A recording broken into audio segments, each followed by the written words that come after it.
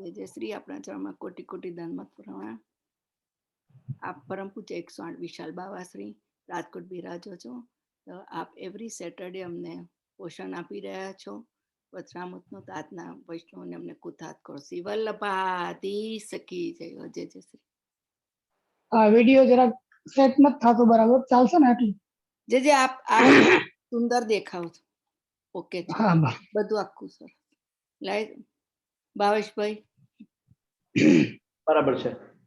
પુષ્ટિ માર્ગીય સર્વજ્ઞ કરુણારસ પુરુત શ્રેષ્ઠ ફલ પ્રદાતા ચ તસ્मै શ્રી ગુરુવે નમામિ હૃદય શેષે લીલા ક્ષીરાબ્ધિશાયિનમ લક્ષ્મી સહસ્ર લીલા અભિષેક્યમાનમ કલાનઘમ ચતુર્વિશ્ચ ચતુર્વિશ્ચ ચતુર્વિશ્ચ ત્રિવિસ્તથા ષડભિર્વિરાજતે યોષો પંચધારમ।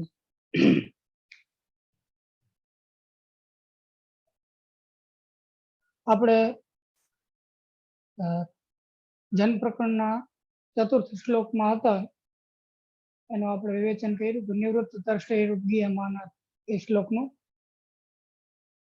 અને એમાં ઘણું બધું એના ઉપર આપણે ત્યાં વિવેચન ઉપલબ્ધ છે।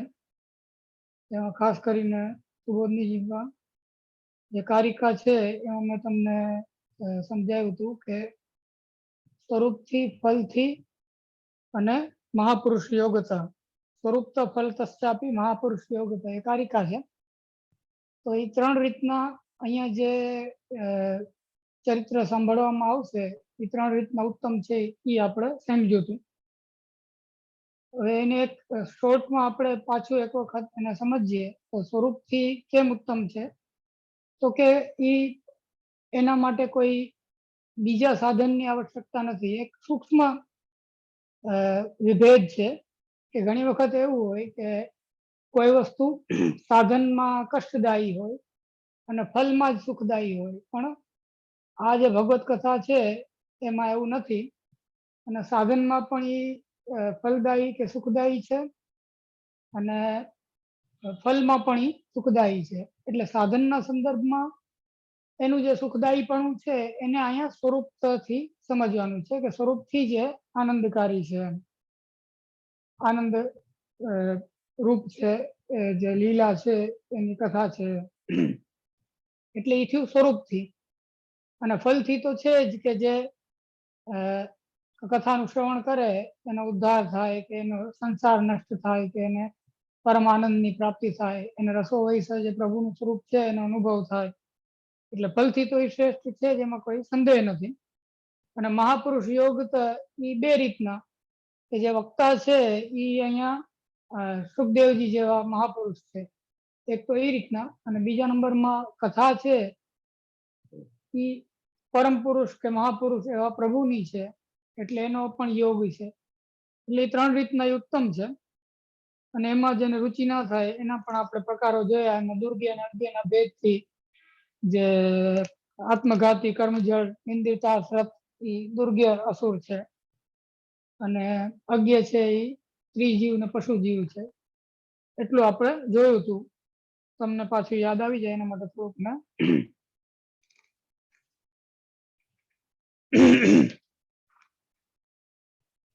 હવે જે પાંચમો શ્લોક છે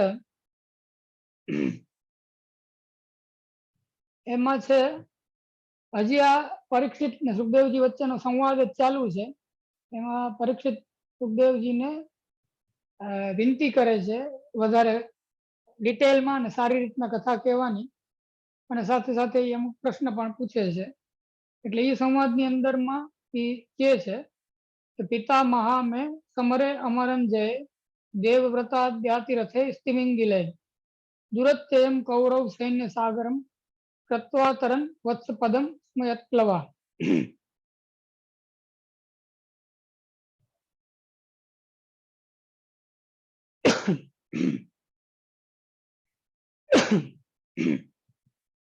પિતામહ એટલે કે જે પાંડવો, પરીક્ષિતના પિતામહ કોણ?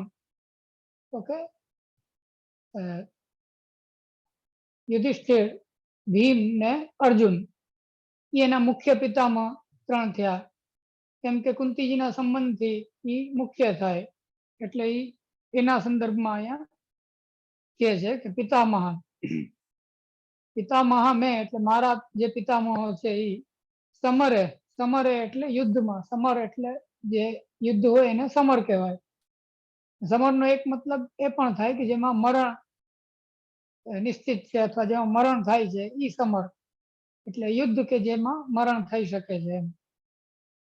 સમરે અમરન જય, એટલે ઈ સમર કેવું, યુદ્ધ કેવું, તો કે અમરન જય, અમર એટલે દેવતા, દેવતાઓને પણ જીતી લે કે દેવતાઓને પણ હરાવી દે એવા દેવવ્રતાદ્યાતિ રથે સ્તિમિંગિલય. દેવવ્રત એટલે મુખ્ય કરીને ભીષ્મ, અને એને દેવવ્રતપણાને ઉપલક્ષણ ના રૂપમાં લેવામાં આવે તો કૃપાચાર્ય, શુક્રાચાર્ય, દ્રોણાચાર્ય એ બધા એમાં શુક્રાચાર્ય નહીં, સોરી, કૃપાચાર્ય, દ્રોણાચાર્ય અને ભીષ્મ એ બધા દેવવ્રતમાં આવે. આદિ એટલે આદિમાં એ બધા આવી ગયા, કૃપાચાર્ય ને દ્રોણાચાર્ય. એ બધા કેવા છે કે અતિરથે, અતિરથી છે એટલે એમ કે પરમ મહારથી છે કે એને કોઈ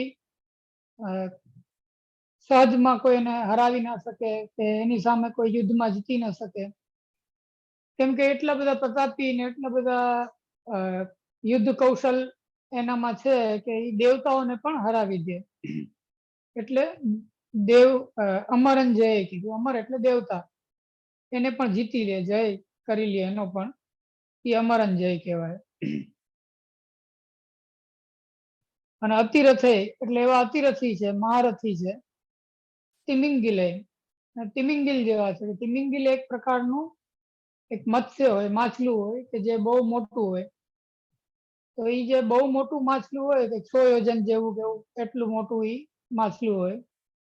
તો એ એવું હોય કે એ સમુદ્રમાં જ્યાં પડ્યું હોય ત્યાં એના પોતાના પણ એ સગા સંબંધી કે એના પોતાના પણ ટૂંકમાં કુટુંબી જનો હોય એને પણ ખાઈ જાય એ તિમિંગિલ. તો પછી બીજાને ખાઈ જાય એમાં શું નવાય એમ.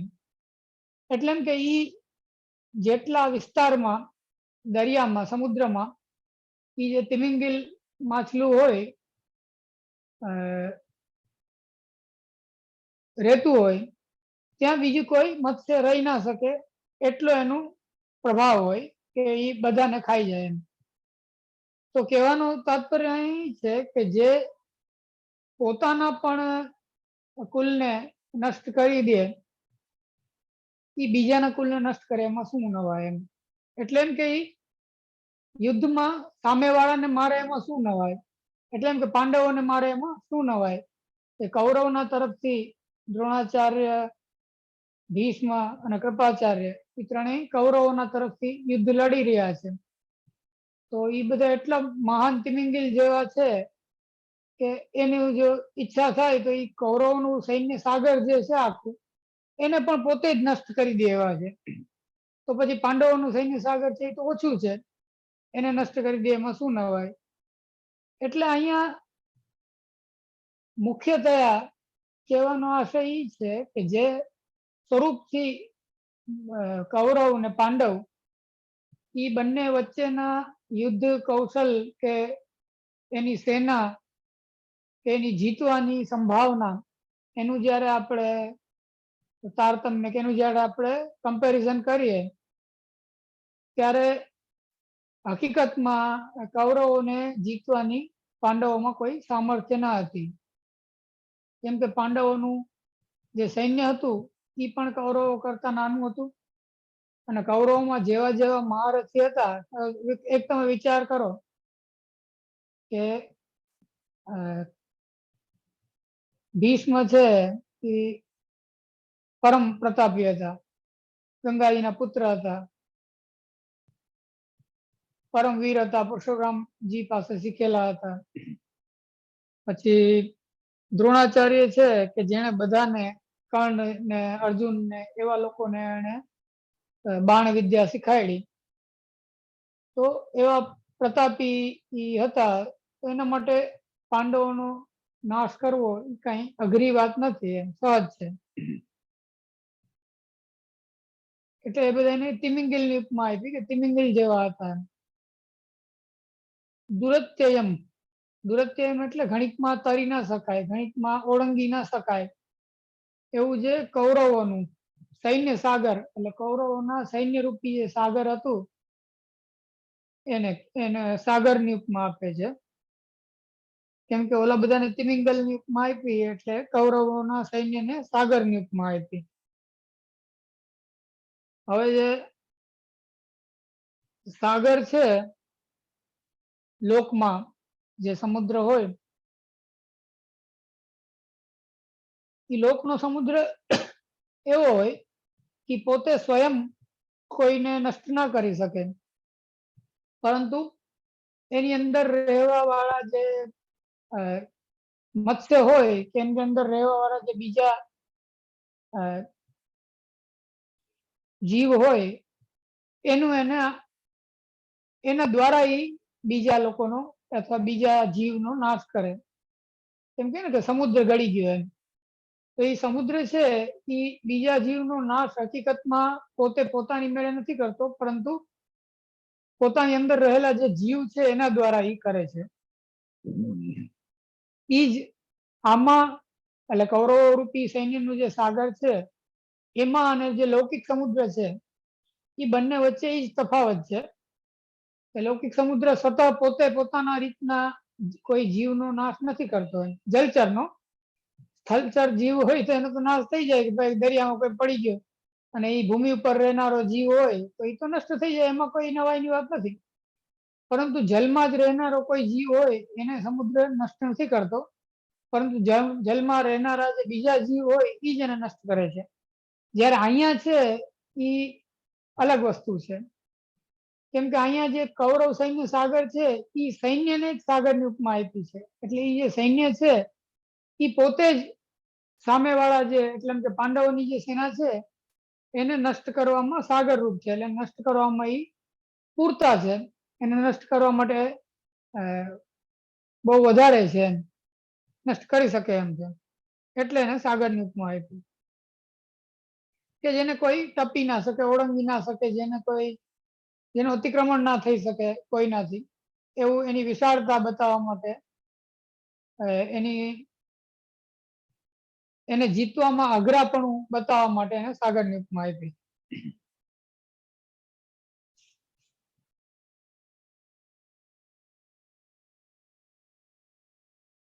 તત્વાતરન વત્સપદમ સ્મ યત પ્લવા,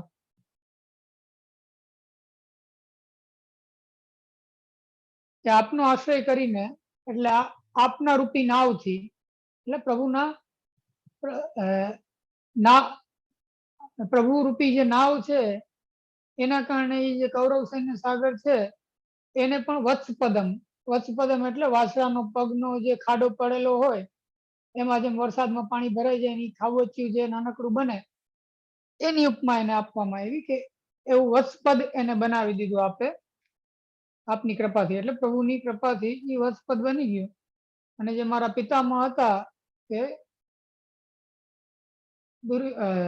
યુધિષ્ઠિર, ભીમ અને અર્જુન, એ ત્રણેય કૌરવ સૈન્ય સાગરને જીતી ગયા. હવે કોઈને એવો પ્રશ્ન થાય કે યુધિષ્ઠિર, ભીમ અને અર્જુન એ ત્રણને જ કેમ અહીંયા ગ્રહણ કરવા જોઈએ, નકુલ ને સહદેવ ને કેમ નહીં? તેનું કારણ છે કે જે સીધી લીટીમાં એના પિતામહ થાય છે એ તો આ ત્રણ જ છે. નકુલ ને સહદેવ છે એ માદ્રીના પુત્ર છે, એટલે એ પરીક્ષિતને સીધા સંબંધિત નથી.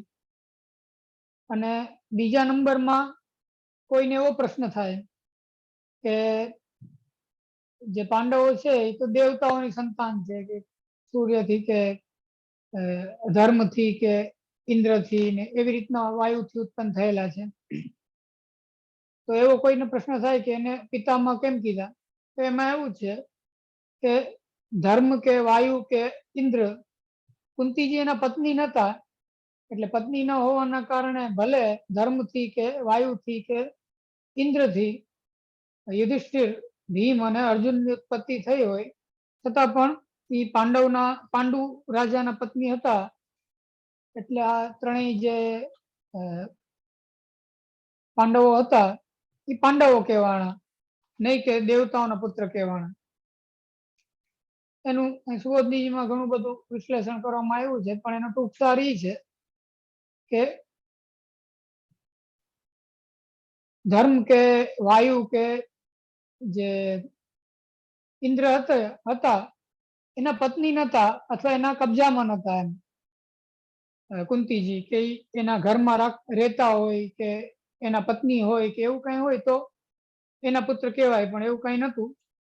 પાંડુ રાજાના જ પત્ની હતા અને વરદાનના રૂપમાં એમને આ પુત્ર બધા પ્રાપ્ત થયા હતા, એટલે એને પિતામાં માનવામાં કોઈ વાંધો નથી. અને સમર જે શબ્દ છે એમાં મર ભેગું આવે છે, એટલે મૃત્યુને લઈને કે યુદ્ધ એવી વસ્તુ છે કે જેમાં યુદ્ધને સમરની ઉપમા એટલે આપવામાં આવે છે કે એમાં મરણ કે જેની અંદર મરણ રહેલું છે, કે યુદ્ધમાં જાય એની મરવાની સંભાવના ઘણી બધી વધી જાય એમ.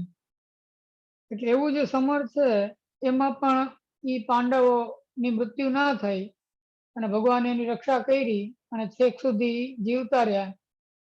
અને હકીકતમાં જોવો તો ગીતાજીમાં જેમ અર્જુનને પ્રભુ આજ્ઞા કરે છે યુદ્ધ કરવાની, જ્યારે વિષાદ યોગમાં, કે આ જેટલા પણ તું જોવે છે એ બધાને મેં પહેલેથી મારી જ નાખ્યા છે. તું તો ખાલી નિમિત્ત છે, તું યુદ્ધ કર અને તું તારું કર્તવ્ય નિભાવ. અને તું એમ સમજે છે કે તું એને મારીશ, પણ હકીકતમાં એને મેં પહેલાથી જ મારી નાખ્યા છે. એટલે તું ખાલી નિમિત્ત બનીશ, તને એમ લાગશે કે મેં માર્યું, પણ હકીકતમાં મારનારો તું નથી, મેં જ એને મારી નાખ્યા છે પહેલેથી. એમ એનો કાલ નક્કી જ છે કે આટલા કાલ પછી એ લોકો મરી જવાના છે. એમ એટલે એવી રીતના એની જે અર્જુનને જે દોષ બુદ્ધિ હતી કે આ જે કાર્ય છે યુદ્ધનું એ દોષપૂર્ણ છે અને મને આ બધા લોકોને મારવાનો દોષ લાગશે અને એવું રાજ્ય મારે જોતું નથી, એવું બધું જે એને હૃદય દૌર્બલ્ય હૃદયમાં ઉત્પન્ન થયું હતું, એને નિવૃત્ત કરવા માટે પ્રભુએ જે એને આજ્ઞાઓ કરી, એનાથી એક વાત સ્પષ્ટ થાય છે કે આખી ભગવદ લીલા છે. એટલે આ બધા ગમે એટલા અતિરથી હોય કે તિમિંગિલ હોય કે દેવવ્રત હોય કે મહાન યુદ્ધ કૌશલ વાળા હોય, પણ છતાં પણ પ્રભુએ જ એને પહેલાથી નષ્ટ કરી દીધા હતા. એના કારણે દેવતાઓનો વિજય થયો, પાંડવોનો વિજય થયો. નહીં તો પાંડવોનો વિજય થવાની કોઈ સંભાવના નથી, કેમ કે ઓલા બધા એટલા શક્તિશાળી હતા કે એની સામે પાંડવો ટકી શકે એમ નતા યુદ્ધમાં. પરંતુ પ્રભુ પાંડવોની સાથે હતા અને પ્રભુએ એ લોકોનો સંહારનો નિશ્ચય કર્યો હતો, એટલે જ કૌરવો બધા મૃત થઈ ગયા અને એટલે જ એની સેના હારી ગઈ. અને પાંડવોની મૃત્યુ ના થઈ. એટલે સમર શબ્દ એટલે વાપર્યો કે સમર હોવા છતાં પણ પાંડવોની અહીંયા મૃત્યુ નથી થતી. એ ભગવદ ઐશ્વર્ય પ્રગટ કરે છે કે એ પ્રભુનું ઐશ્વર્ય છે કે જેના કારણે પાંડવોનો જીવ બચી ગયો. એમ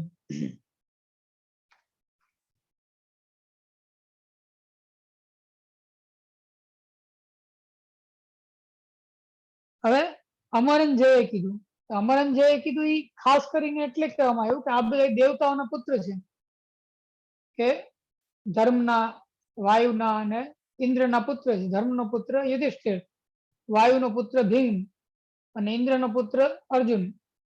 તો એ ત્રણેય દેવતાઓના પુત્ર થયા. દેવતાઓના પુત્ર થયા તો હકીકતમાં એ તો દેવતા થયા. દેવતા છે તો એટલે ઓલા પિતામહો ને બધાને અમરંજયે કીધું. અમરંજય એટલે દેવતાઓને જીતી લે એવા છે. તો જો દેવતાઓને સાક્ષાત જે દેવતાઓ છે કે જે ધર્મ કે વાયુ, અગ્નિ, ઇન્દ્ર આદિ જે સાક્ષાત દેવતાઓ છે, એને પણ જે જીતી લે એવા જે વીર યોદ્ધાઓ હોય, એના માટે પછી દેવતાઓનો પુત્ર ને જીતવામાં શું નવા એમ, એને તો એ જીતી જ શકે છે. એટલે એમ કરીને એ બતાવ્યું કે એવા એ પ્રતાપી હતા. કે એને હરાવવા મુશ્કેલ હતા પાંડવો માટે.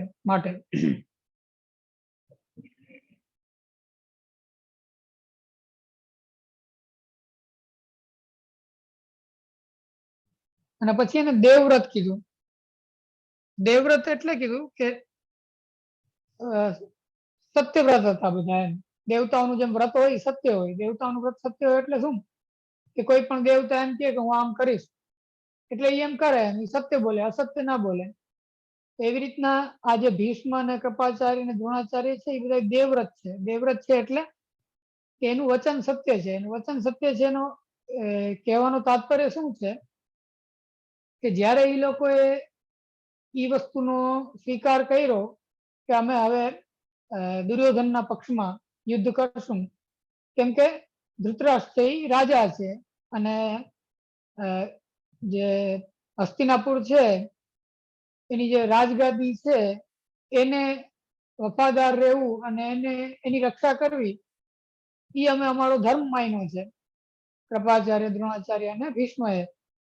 તો પછી અમારું કર્તવ્ય છે કે હવે ધૃતરાષ્ટ્ર જે તરફ યુદ્ધ લડતા હોય એ તરફ અમારે યુદ્ધ લડવું જોઈએ, એવું એ લોકોનો નિશ્ચય થાય છે.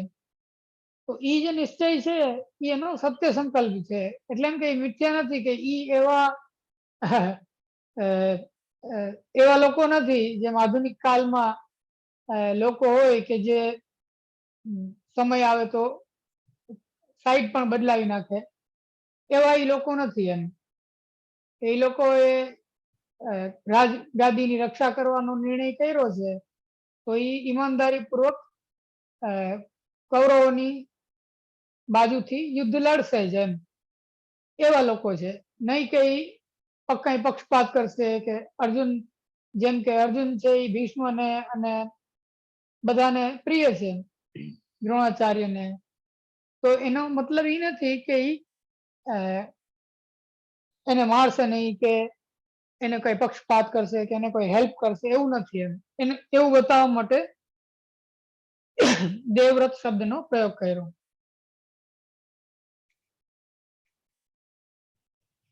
તિમિંગિલનું મેં તમને જેમ સમજાવ્યું એ બધાને નષ્ટ કરી દે એવો તિમિંગિલ હોય. તિમિ નામનું જે માછલું હોય એ 100 યોજન લાંબુ હોય, એટલું મોટું હોય.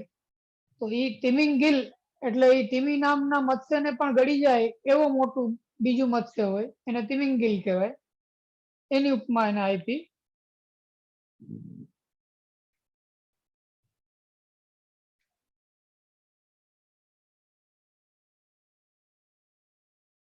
એટલે એમ કે ઈ જે અતિરથી હતા બધા એ એવા હતા કે જ્યાં સુધી શત્રુની સેના શાંત ન થાય ત્યાં સુધી કોઈ ગણિતમાં હેઠા બેસે એવા નતા. એમ શત્રુને નષ્ટ કરીને જ દમ લે, શત્રુને નષ્ટ કરીને જ પોતાનું કાર્ય પૂર્ણ માને એવા લોકો હતા.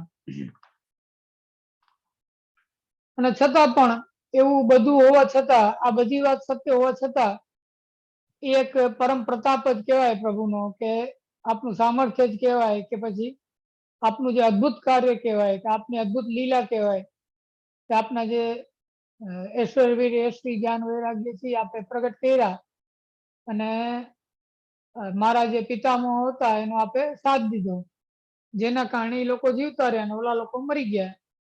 અને કોઈ પણ સામર્થ્ય પાંડવોમાં ન હતું અને કોઈ પણ યોગ્યતા પણ ન હતી કૌરવોને જીતવાની, છતાં પણ એ યુદ્ધ જીતી પણ ગયા અને ભગવાનનું કાર્ય હોવા છતાં પણ શ્રેય પાંડવોને મળ્યો કે પાંડવો યુદ્ધમાં જીતા. એમ હકીકતમાં ક્રિયા ભગવાનની હતી કે પ્રભુ સાથે હતા એટલે જીતી ગયા, પણ છતાં શ્રેય જે છે એ બધો પાંડવોને મળ્યો. એટલે કીધું કે આપને નાવ બનાવીને જેમ પાર કરી ગયા. એમ હવે અહીં સુબોધનીજીમાં આગળ વધારે વિશિષ્ટ એનું વિશ્લેષણ છે કે એમાં આપશ્રી એમ આજ્ઞા કરે છે કે હકીકતમાં તો પાંડવો જે છે એ કીડી જેવા છે. કેમ કે પાંડવો બહિર્મુખ છે, એમ આપનું કહેવાનું છે કે પાંડવો બહિર્મુખ છે અને કીડી જેવા છે. એને મહાત્મ્ય જ્ઞાન નથી, એને શ્રદ્ધા નથી, એને ખાલી ભગવાનમાં એક સમાન ભાવ છે, મિશ્ર ભાવ છે, મિત્ર ભાવ છે. એના કારણે એને ભગવાનનો આશ્રય નથી. હવે ભગવાનનો આશ્રય ન હોવાના કારણે અર્જુનને એમ થયું કે યુદ્ધ લડવું મારા માટે જરૂરી છે. આચાર્યચરણનું કહેવાનું તાત્પર્ય એ છે કે જો અર્જુનમાં અથવા પાંડવોમાં કુંતીજી જેવો અથવા ઉત્તરા જેવો, ઉત્તરાએ જેમ ઉત્તરાના ગર્ભની પ્રભુએ રક્ષા કરી, એની પહેલા ઉત્તરાએ વિનંતી કરી હતી ને ઠાકોરીને કે મને બચાવો એમ, એવી રીતના કુંતીજી પણ અનેક વખત વિનંતી કરી, વિદુરજી પણ આશ્રિત હતા પ્રભુના એમ. તો એ બધા જે મહાભારતના જે ભક્તો હતા એ બધા ભક્તોમાં એક પ્રકારનો ભગવાનનો આશ્રય હતો, પણ એવી પ્રકારનો આશ્રય પાંડવોમાં નહોતો, એટલે એને બહિર્મુખ ગણ્યા આચાર્યચરણે. અને આપણે એમ આગળ કહી કે એના કારણે એ જે વત્સપદ હતું, એટલે એમ કે ભગવત કૃપાથી કે ભગવત સામર્થ્યથી એ જે કૌરવનો સૈન્યનો જે એવડો મોટો સાગર છે એ ભલે વાછડાના પગ જેવડો થઈ ગયો, વાછડાના પગનો ખાડો પડે જમીનમાં, એમાં જલ ભરાઈ જાય, એ જેવડો હોય એવડો એ કૌરવોનું સૈન્ય સાગર એટલું નાનકડું થઈ ગયું. છતાં પણ જે પાંડવો છે એ બધા કીડી જેવા હોવાના કારણે એ પણ એને અઘરું લાગ્યું. એમ આપનું કહેવાનું તાત્પર્ય છે કે પ્રભુ એને એટલું નાનું કરી દીધું, છતાં પણ કીડી જેવા હોવાના કારણે પાંડવોને એ બહુ મોટું લાગ્યું અને અઘરું લાગ્યું. તો પણ એના કારણે જ પ્રભુને ઘણી વચવચમાં પાંડવોને માર્ગદર્શન આપવું પડ્યું, અનેક વખત આપને રસ્તો બતાવવો પડ્યો, એવું બધું કરવું પડ્યું. કેમ કે આટલું નાનું કરી દીધું હતું, આટલો વિશ્વાસ ઉત્પન્ન કરી દીધો તો અર્જુનને સ્પષ્ટ કહી દીધું કે આ બધા પહેલેથી મરેલા જ છે, છતાં પણ એ લોકોને વિશ્વાસ નતો.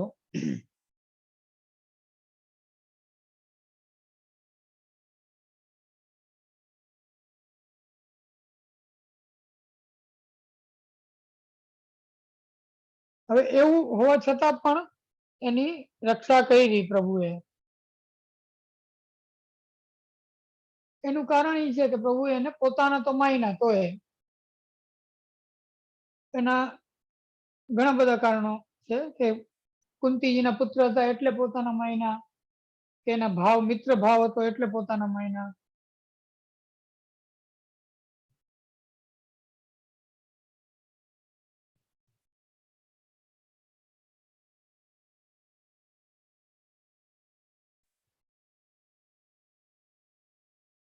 એટલે એમ કે કીડી જેમ એવડા નાનકડા ખાડામાં પણ ડૂબી જાય, એમ એ જે પિતામહ હતા એ પણ આ કૌરવ સૈન્ય સાગર ભલે નાનું થઈ ગયું પણ એમાં એ મરી જાત એમ, યુદ્ધમાં એનો નાશ થાત, કેમ કે એની સામર્થ્ય નથી કે એ જીતી શકે.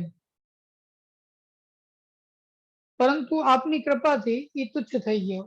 એટલે એમ કે એ વત્સપદ છે, વત્સપદ રૂપી જે ખાડો છે એમાં જલ ભરેલું હોય એવું જે કૌરવ સૈન્ય સાગર થઈ ગયું.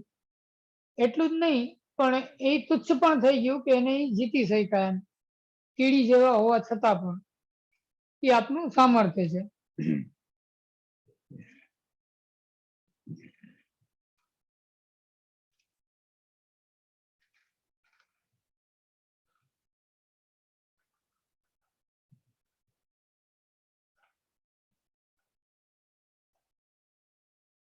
અને છેટ ક્યાં સુધી કે આખું યુદ્ધ પૂરું થઈ ગયું, બધા કૌરવો મરી ગયા, પછી જે અશ્વત્થામા હતો એને પાંડવોને મારી નાખ્યા, અને એટલે પાંડુ પુત્રોને મારી નાખ્યા. 5 પુત્રોને એક સાથે એને સૂતા મારી નાખ્યા. અને પછી એને બ્રહ્માસ્ત્ર છોડ્યું ઉત્તરા ઉપર, ત્યારે પાંડવોની રક્ષા કરી. પાંડવોની ત્યારે રક્ષા કેવી રીતના કરી કે એક તો અર્જુનને અને ભીમને એ આપે સમજાવ્યું કે ભાઈ તમે દ્રોણાચાર્યને નો વધ કર્યો તો આ દ્રોણાચાર્યનો પુત્ર છે, એટલે એ વધનો બદલો લેવા આવે એમાં કઈ નવાઈ નથી એમ. અને બીજા નંબરમાં દ્રોણાચાર્ય પરમ તેજસ્વી આચાર્ય હતા, એટલે અને અશ્વત્થામાના ગુરુ પણ હતા, જેમ પિતા હતા એમ ગુરુ પણ હતા, એટલે પોતાના ગુરુના વધનો એ પણ બદલો લેવા આવે એ પણ યોગ્ય છે. હવે જો નકર શું થાય કે અશ્વત્થામાને કોઈ મારવાનો પ્રયાસ કરે, અર્જુન કે ભીમ કે કોઈ, તો પાછી એને બ્રહ્મ હત્યા થાય, અને એ ધર્મની દ્રષ્ટિએ પણ યોગ્ય ના કહેવાય. ગુરુના પુત્રને મારવું એ ધર્મની દ્રષ્ટિએ પણ કોઈ રીતના યોગ્ય ના કહેવાય. એટલે ભગવાને એક રીતના અશ્વત્થામાના અતિ ઘૃણિત અને દુષ્ટ કાર્યને પણ અમુક અંશે જસ્ટિફાય કર્યું, પૂર્ણ રૂપે નહીં, કેમ કે ઘૃણિત કાર્ય તો છે જ કે ભાઈ સૂતા હતા, બાળકો હતા, હથિયાર વગરના હતા અને સૂતા હતા પાંડવોના પુત્રો, એને સુતા સુતા મારી નાખ્યા, એ કોઈ રીતના યોગ્ય ના કહેવાય, ને કોઈ રીતના એ ધર્મની રીતના કે કોઈ પણ રીતના એ પ્રશંસનીય કાર્ય ના કહેવાય, નિંદિત કાર્ય જ કહેવાય. પરંતુ જો એનો પ્રતિકાર કરવામાં આવે તો એ એનાથી પણ ખરાબ થાય કે ગુરુના પુત્રને અને બ્રાહ્મણને માર્યો, તો જે પાંડવોએ આટલું આખું યુદ્ધ જીતી લીધું એમાં ક્યાંય જે ધર્મનો લોપ નથી થયો અને પોતાનો ધર્મ એમણે જાળવી રાખ્યો છે, એનો છેલ્લે છેલ્લે લોપ થઈ જાય. એટલે એવું થવું ના જોઈએ, એટલે એને એમાં પણ એનું નિવારણ કર્યું અને બ્રહ્માસ્ત્રથી પણ રક્ષા કરી પુત્રની, એના ગર્ભમાં પરીક્ષિતની. એટલે એવી રીતના ભગવાનને નાવ બનાવીને છેક સુધી આગળ વધતા ગયા એમ પાંડવો. અને જેમ જેમ એ આગળ વધતા ગયા એમ કૌરવ રૂપી સૈન્ય સાગર જે હતું એ સુકાતું ગયું, કેમ કે બધાને મારતા ગયા. જે કૌરવની સેના હતી એ બધી મરતી ગઈ, એમ સાગરના સુકાવાનું દ્રષ્ટાંત દેવામાં આવે છે કે એ સુકાતું ગયું સાગર, સેના બધી મરતી ગઈ. પછી થોડીક છોડીને, એટલે થોડાકને છોડી દીધા, આ અશ્વત્થામા જેવા અમુક લોકોને છોડીને પછી યુદ્ધ પૂરું થઈ ગયું. અને યશને પણ પ્રાપ્ત કર્યો, કેમ કે કોઈ ઘૃણિત કાર્ય ના કર્યું અને યુદ્ધ ભગવાનના આશ્રયથી, ભગવાનની કૃપાથી જીતી ગયા, એટલે એને સારું ફલ પ્રાપ્ત થયું એમ. હકીકતમાં એ યશના ભોગી કે યશના ભાગી નતા એમ, એની યોગ્યતા નથી, છતાં પણ એને યશ ભગવાને અપાયો એમ. કેમ કે એના સામર્થ્યથી યુદ્ધ જીતેલા નતા, પરંતુ ભગવત કૃપાથી એ લોકો યુદ્ધ જીતા હતા.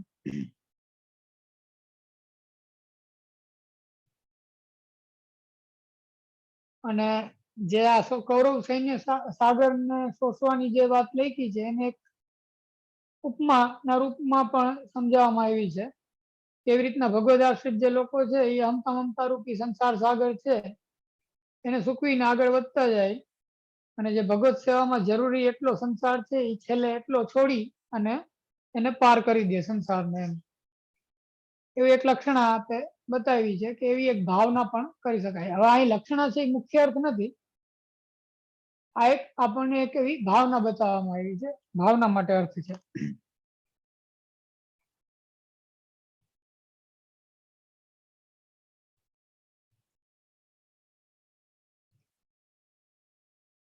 एवं श्रुत महात्म्य मुक्त्वा द्रष्ट महात्म्य માં દ્રૌણ્યસ્ત્રે ઇતિ.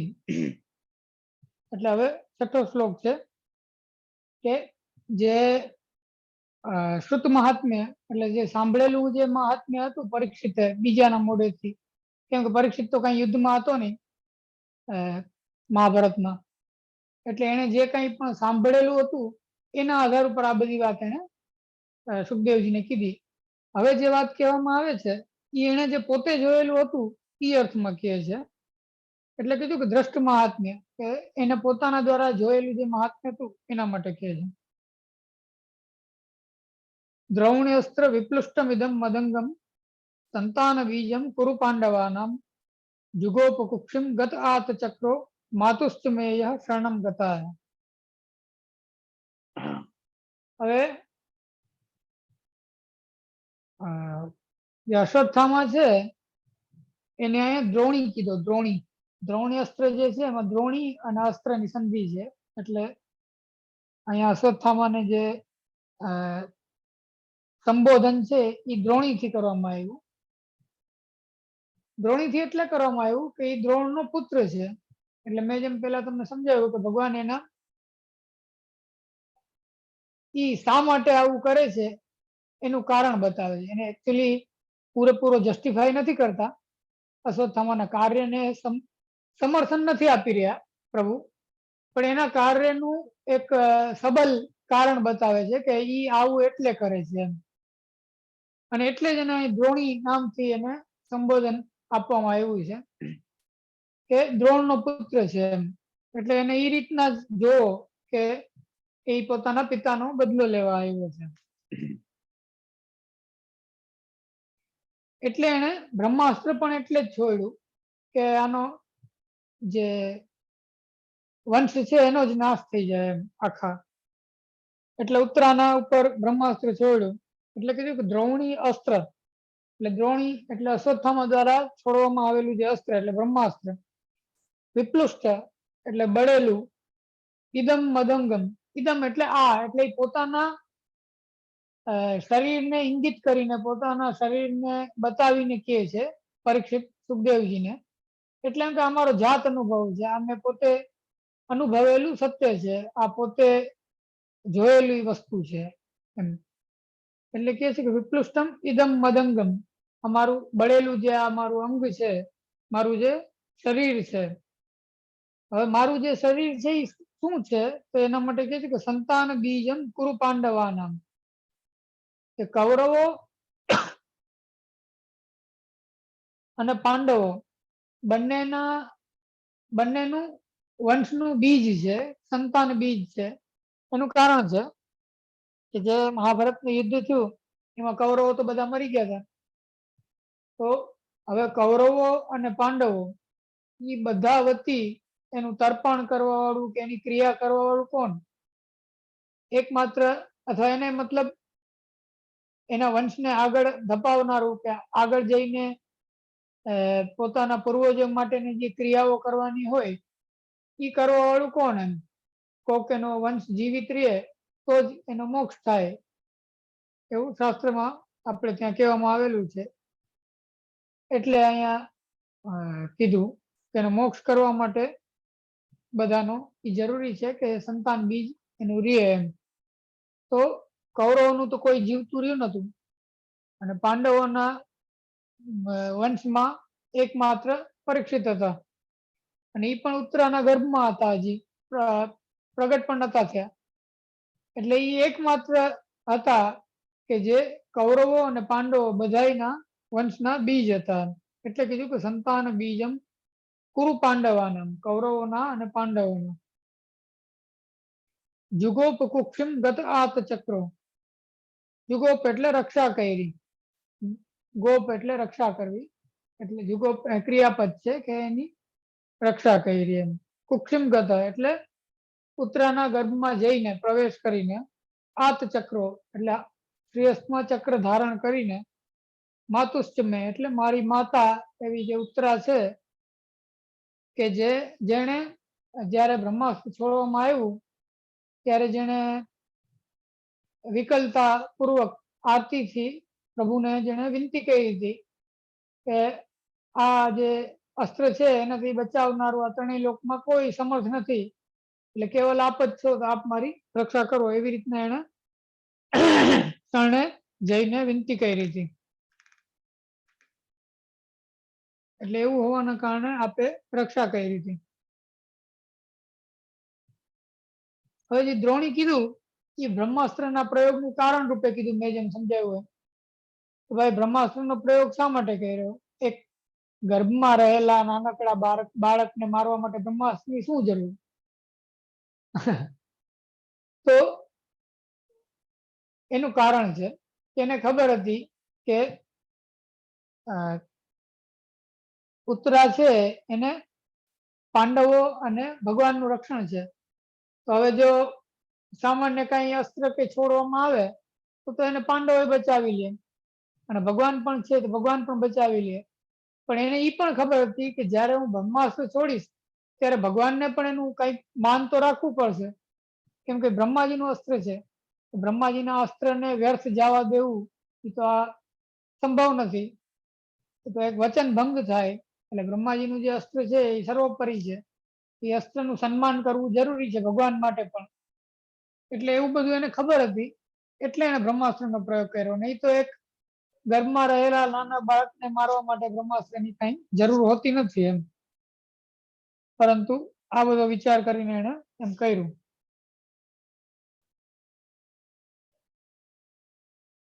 અને એ પણ ખબર હતી કે બ્રહ્માસ્ત્રને કોઈ પાછું વાળી શકે નહીં. એટલે અર્જુન કે યુધિષ્ઠિર કે ભીમ કે એમાં કઈ કરી ના શકે એમ. એ પણ એને ખબર હતું.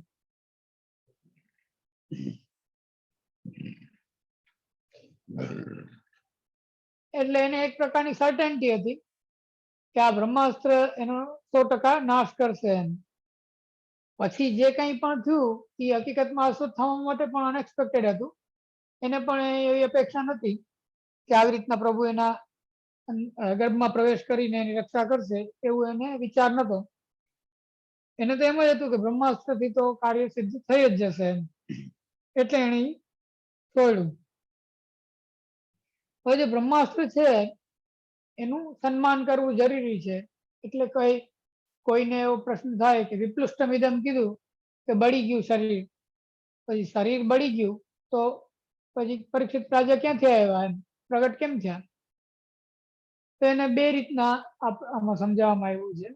એક તો એ કે જે લોક સંબંધી જે શરીર હોય અથવા જે રક્ત માંસ મજ્જાનું બનેલો જે દેહ હોય એ બળી ગયું, અને જે સૂક્ષ્મ દેહ હતો એ જીવિત રહ્યો, અને એનાથી પાછો નવો દેહ એને ભગવાને પ્રાપ્ત કરાવી દીધો. એક તો એવી રીતના વિચાર કરી શકાય. અને બીજો પક્ષ એ છે કે બ્રહ્માસ્ત્રનું માન રાખવા માટે બાર થી દેહ બળી ગયો, પણ અંદરથી એ દેહ પૂરો ન બળ્યો, જેથી કરીને પાછો એને ભગવાને રિસ્ટોર કરી દીધો એમ. એટલે પાછો એને પૂર્વવત પ્રભુએ એને કરી દીધો એમ.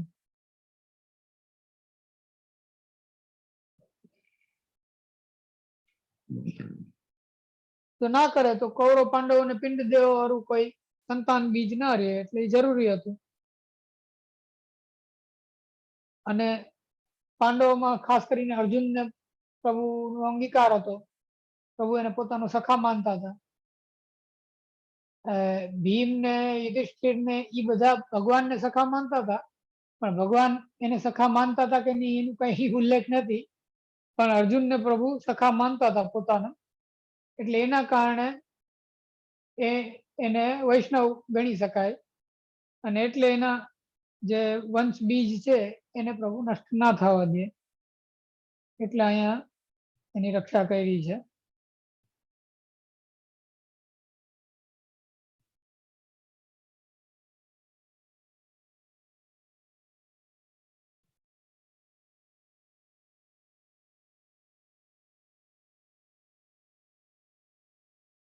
અને એક એને એવી રીતના પણ કહે છે કે જે દેહ છે એ બીજ રૂપથી નષ્ટ નથી થઈ, બાહ્ય એનો નાશ થઈ ગયો, અને બીજ રૂપ નષ્ટ નથી થઈ એટલે એ બીજમાંથી પાછી પ્રગટ થઈ. જેમ કોઈ બાળક જ્યારે ગર્ભમાં આવે ત્યારે શરૂઆતમાં એક નાનકડું બીજ જ હોય, એમાંથી જ એની વૃદ્ધિ થતી જાય અને મનુષ્યના બાળક જેવું એનું રૂપ થઈ જાય.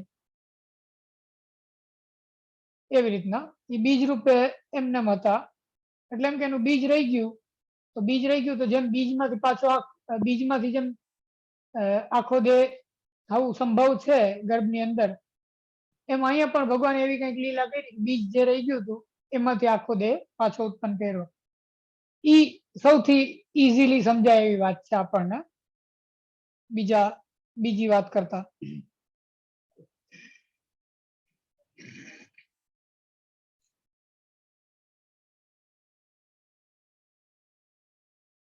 હવે જો બ્રહ્માસ્ત્રને પ્રભુ તો ગમે એ કરી શકે, સમર્થ છે, અને કરતું અકર્તું અન્યથા કરતું સમર્થ છે.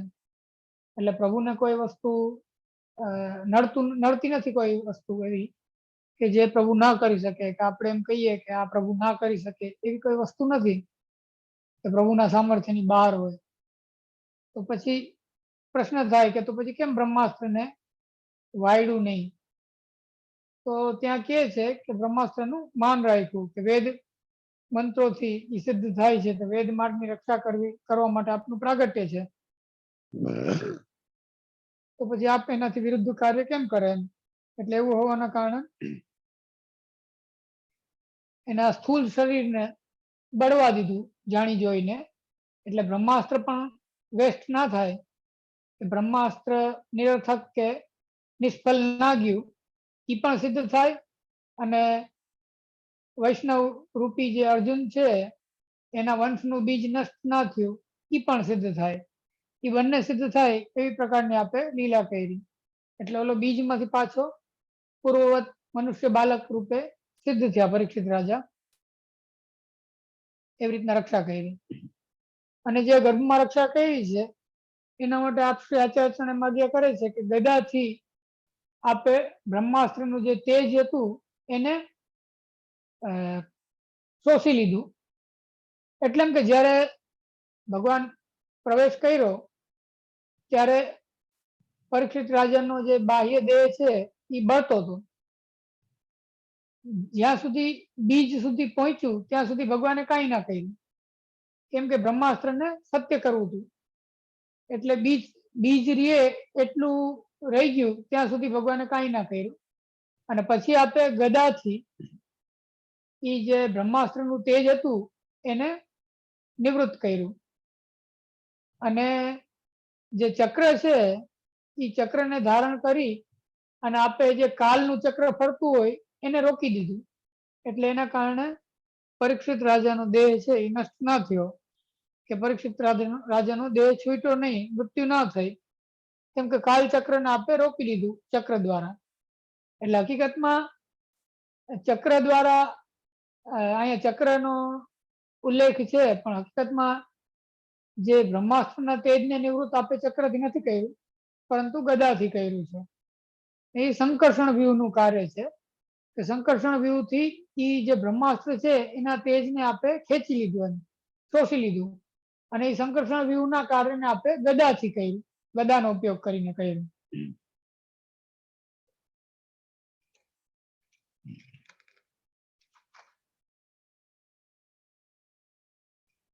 અને જ્યારે એ સુદર્શન ચક્ર પરીક્ષિતની રક્ષા કરી અને પછી પ્રભુ એને રોકી દીધું ચક્રને,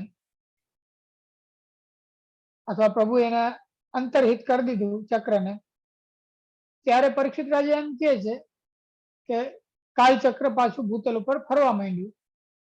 એટલે એમ કે જ્યાં સુધી કાલની ગતિને જે કોઈ પણ વ્યક્તિનું કે કોઈ પણ જીવનું જે મૃત્યુ છે એ છે શું? હકીકતમાં મૃત્યુના તત્વોને આપણે સમજવાનો પ્રયાસ કરીએ તો એ હકીકતમાં વિષય વસ્તુ છે શું? તો હકીકતમાં એ એક એની એક્સપાયરી ડેટ છે, કે આ વસ્તુ આ તારીખે આ સમયે નષ્ટ થઈ જવાની છે. તો એ હકીકતમાં એક રેફરન્સ છે, એ ટાઈમનો જ છે ને, કાલનો જ રેફરન્સ આપવામાં આવે છે, કે આ સમયે એ નષ્ટ થયું, કે આ સમયે નષ્ટ થવાનું છે. એટલે જ્યારે અહીંયા એમ કહેવામાં આવે છે કે કાલચક્રને આપણે રોકી દીધું, ત્યારે કહેવાનો મતલબ એ છે કે ટાઈમને, જે કાલનો પ્રવાહ છે એને આપણે રોકી દીધો થોડીક વાર પૂરતો. એટલે કાલના પ્રવાહને રોકી દીધો એટલે ઓલાનું જે રીજનરેટ, દેહને રીજનરેટ થવાની જે પ્રક્રિયા છે એ થવાનો મોકો મળી ગયો એમ એ કાલમાં. નહીં તો કોકને એમ થાય કે બીજમાંથી શરીરને મોટું થતા તો 9 મહિના લાગે, તો પછી આટલી વારમાં કેમ થઈ ગયું? એટલે જેમ પંચાધ્યાયમાં આપણે આવે કે 6 મહિનાની રાત્રિ કરી, પછી જેમ સાત્વિક પ્રકરણમાં આવે કે કોઈ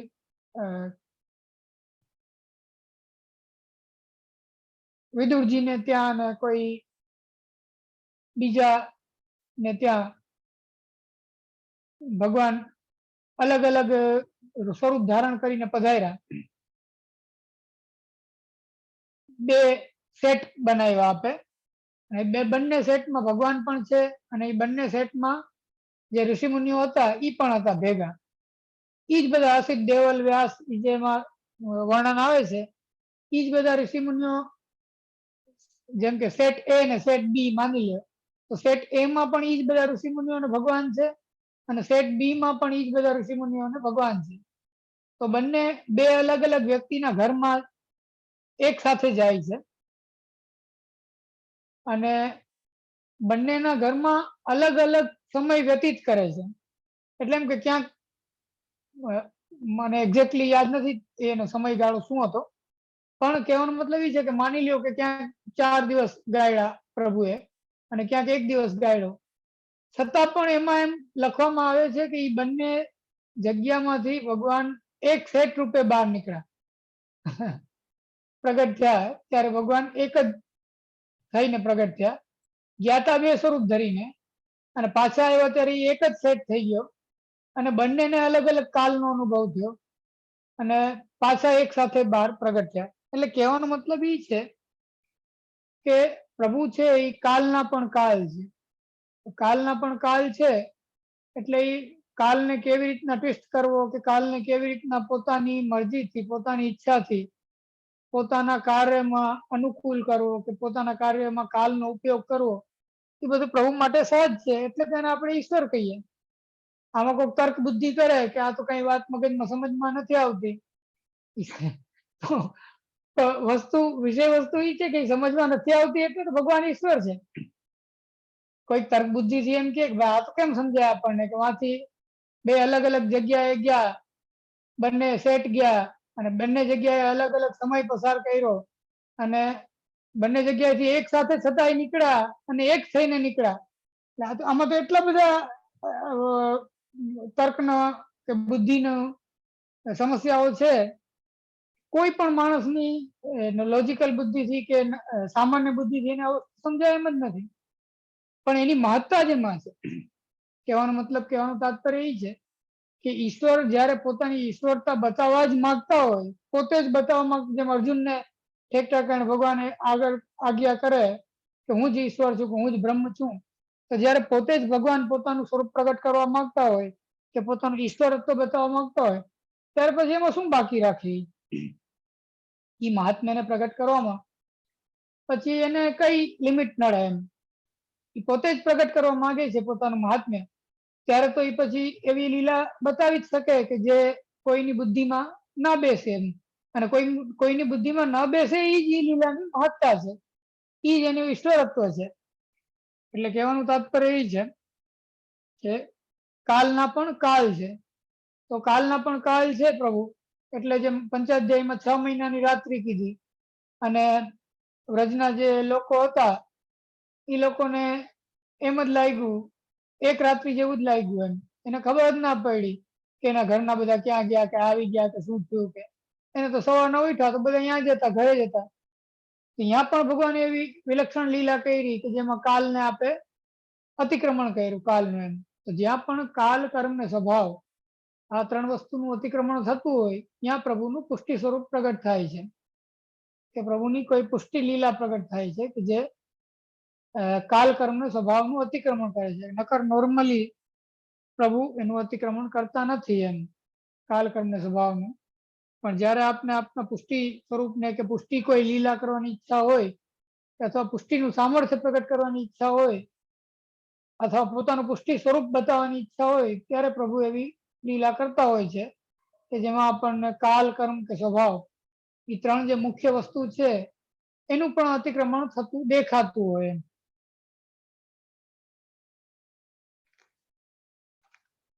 જેમ આ સ્વભાવનું અતિક્રમણ છે ને, કે બ્રહ્માસ્ત્રનો સ્વભાવ છે કે જેની ઉપર પ્રયુક્ત થયું એ નષ્ટ થવાનું જ છે, એમાં કોઈ સંદેહ જ નથી એમ. અને 3 લોકમાં ભગવાન સિવાય બીજું કોઈ છે નહીં કે જે બ્રહ્માસ્ત્રની સામે એની રક્ષા કરી શકે. એટલે એ બ્રહ્માસ્ત્રનો જે સ્વભાવ છે એનું અતિક્રમણ કર્યું પ્રભુએ, અને રક્ષા કરી. એ પણ એક પુષ્ટિ કાર્ય છે. એવી રીતના અજામિલ આદિનો જે ઉદ્ધાર છે જેમ એ પણ એક કૃપાનું કાર્ય છે કે જે કર્મ નું અતિક્રમણ કર્યું કે એના કર્મ એવા નતા કે એનો ઉદ્ધાર થાય છતાં આપે એનો ઉદ્ધાર કર્યો. તો કાલ કર્મને સ્વભાવનું અતિક્રમણ કરી અને પ્રભુ પોતાની પુષ્ટિ સામર્થ્ય કે પોતાની પુષ્ટિ લીલા પ્રગટ કરતા હોય છે. એટલે એ અર્થમાં આને સમજવાનું છે કે લોજિકલી કદાચ આપણને આ વસ્તુ ના સમજાય કે બીજમાંથી પાછો એનો દેહ બની ગયો, તો એને એવી રીતના આપણે સમજવાનું છે કે પ્રભુ એમાં સામર્થ્ય પોતાનું પ્રગટ કર્યું. જે વસ્તુ આપણી બુદ્ધિમાં ના આવતી હોય એ સાચી નથી એવું માનવું આપણી બુદ્ધિ ઉપર રહેલો આપણો વધારે પડતો ભરોસો કહેવાય. એટલે એ પણ હકીકતમાં સાયન્ટિફિક નથી. કેમ કે અત્યારના જેમ બધા લોકો એમ કે સાયન્ટિફિક ટેમ્પર હોવું જોઈએ કે વૈજ્ઞાનિક દ્રષ્ટિકોણ હોવો જોઈએ, પણ આપણી બુદ્ધિ ઉપર એક જરૂરત કરતા વધારે ભરોસો કરવો એ પણ હકીકતમાં એક પ્રકારનું સાયન્ટિફિક ટેમ્પર ના કહેવાય. કેમ કે બહુ વધારે પડતો ભરોસો આપણે આપણી બુદ્ધિ ઉપર પણ કેમ કરી શકાય? કેમ એવું માની શકાય કે આનાથી ઉપર કાંઈ નથી, આપણી બુદ્ધિથી ઉપર કાંઈ નથી? એનું પ્રમાણ શું? એટલે એવી રીતના આપણે આવા જે પ્રસંગો છે અને કાલક્રમને સ્વભાવનું અતિક્રમણ જ માનવું પડે કે જેનાથી આપણને ઈશ્વરનું જે ઈશ્વરત્વ છે એનો બોધ થાય. અને જે એમ કીધું કે ભગવાનના પધારી અથવા ભગવાનના ચક્રને અંતરહિત કરવા પછી કાલચક્ર પરિભ્રમણ કરવા માંડ્યું, એ કહેવાનું તાત્પર્ય એ છે અહીંયા કે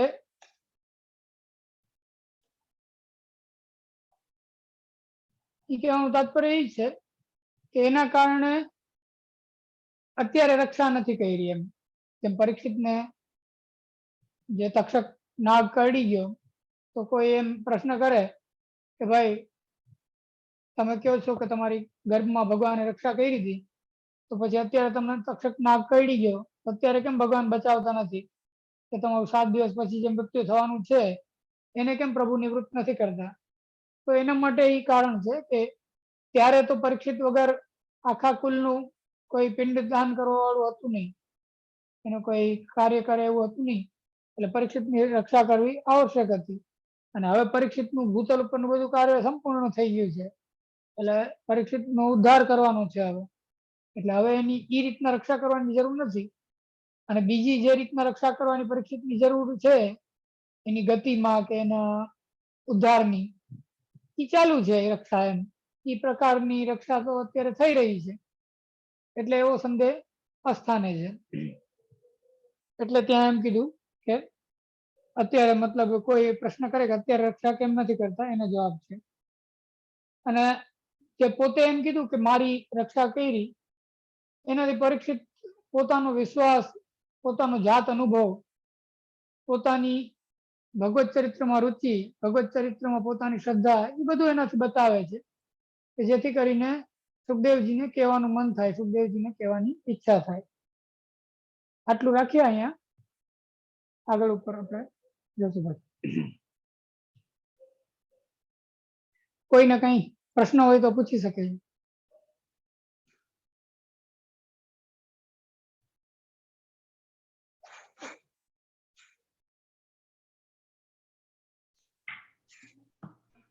મેં બધાને અલાવ કર્યા છે, અનમ્યુટ કરીને કોઈને ક્વેશ્ચન હોય તો પૂછી શકશો.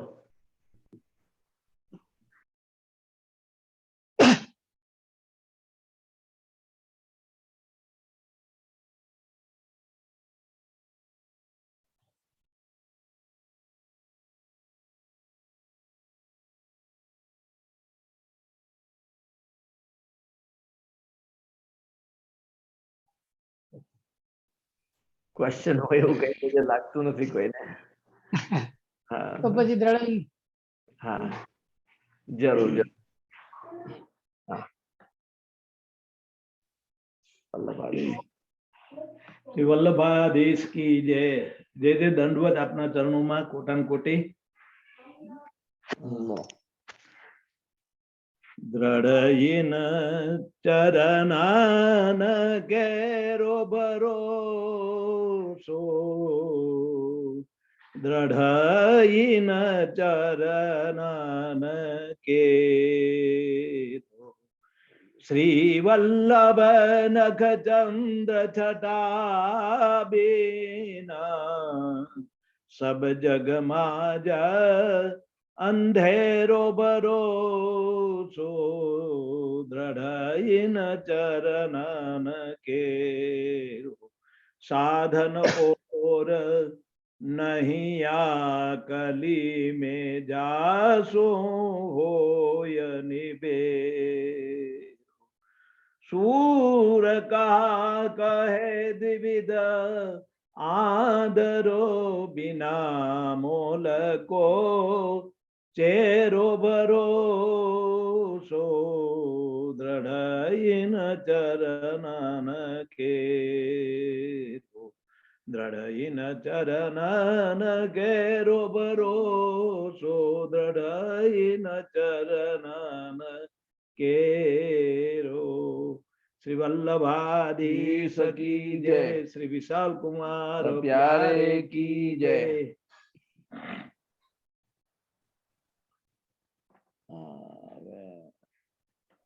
वैष्णव आप दंडवत प्रणाम वाला दंडवत अपना चरणों में वाला पंचांग प्रणाम दंडवत प्रणाम जय जय दंडवत प्रणाम जय जय श्री खूब खूब